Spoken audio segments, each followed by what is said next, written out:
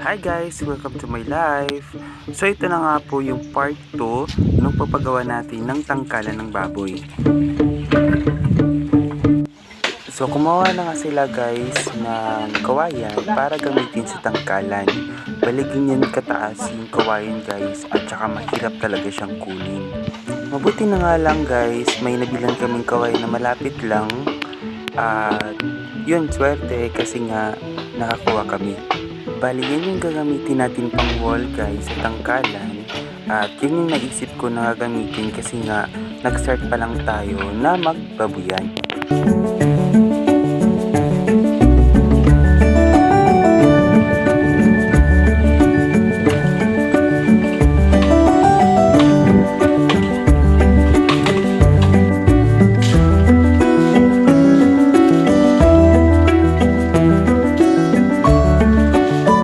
Habang kumukuha nga sila ng kawayan guys, at ito nga kinukuha na namin yung biik na binili namin. Bali 5 pieces lang muna yung kinuha kong biik para at least hindi siya mahirap alagaan kasi nag-start pa lang tayo.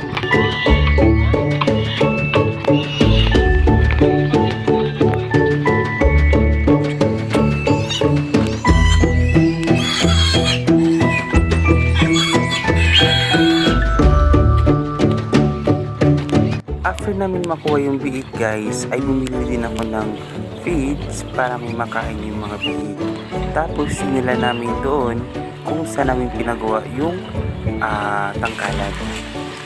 Kung napapansin nyo guys, gamit namin yung kalabaw papunta dun kung saan ako nagpagawa ng tangkalan. Kasi ito na yung pwedeng gamitin guys kapag mabibigat yung mga dala kasi mahirap siyang dalhin sa motor. Bali dagdag expenses naman to siya guys kapag gagamitin yung balsa.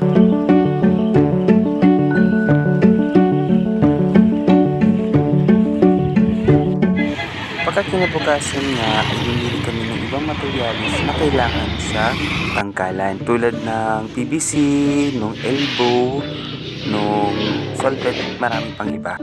Then nilagay na din nila guys yung nipa sa bubong ng tangkalan.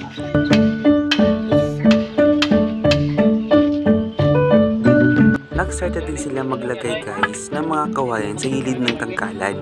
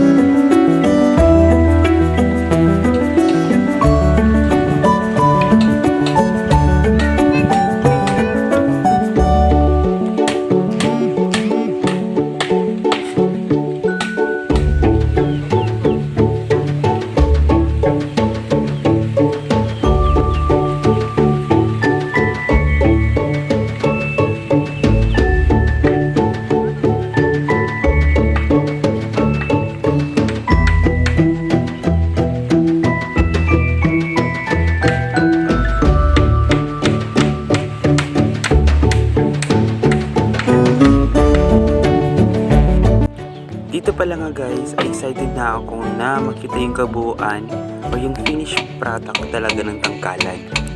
1 to 2 inches lang yung agwat din guys sa paglalagay ng ating kawayan para maganda yung pasok ng hangin. Ganyan yung paghati ng kawayan guys at saka sobrang laki niyan at saka mataas yan na kawayan. Tapos yung guod naman yun guys, yun yung ginamit namin para maging poste ng tangkalan.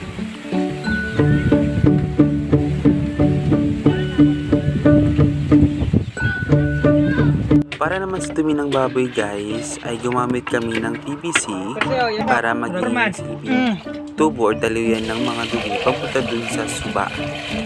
So may hole yun siya guys, swimming pool niya para yung tubig at saka yung dumi ay isa lang ma-flush.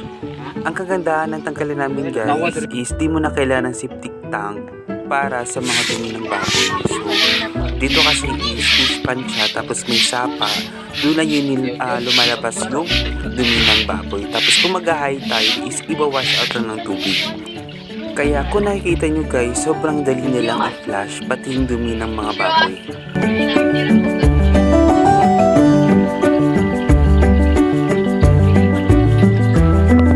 Dito napupunta yung dumi guys, tapos kapag mag-high tide ay nawawash out lang. And pure feeds yung pinapakain natin sa mga baboy guys, kaya napaka-organic lang siya. Then naglagay na din ako ng solar light guys, kasi kapag gabi na, sobrang dilim dito. Kaya naglagay ako ng isang solar light para at least na kahit na gabi ay may light yung tangkalan natin.